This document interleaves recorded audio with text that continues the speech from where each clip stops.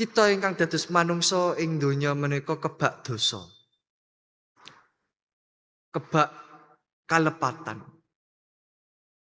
Makaten ugi struktur sosial utawi pengajaran ing Kolose menika donya tubuh menika sarira menika bagian dari dosa itu sendiri.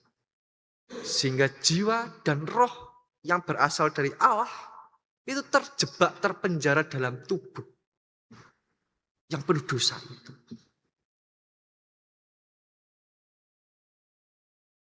Karena dosa lan kebak kalepatan menika ingkang ndadosaken kita boten saged nyawiji kalian Gusti Allah ing kratoning swarga.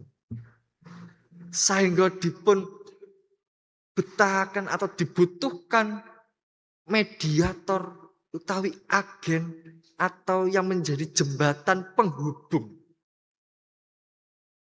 antara keberdosaan ini dengan Tuhan Allah yang Maha Suci itu. Nggih menika wujud katresnani Gusti Allah dumateng kita. Nggih ngrawuhaken putranipun ingkang ontang-anting nggih menika Gusti Yesus Kristus ingkang sinalib ngurbanaken sedaya. Gusti Yesus inggih menika nggih sakebake manungsa, nggih sakebake Gusti Allah ingkang tansah nebus kita.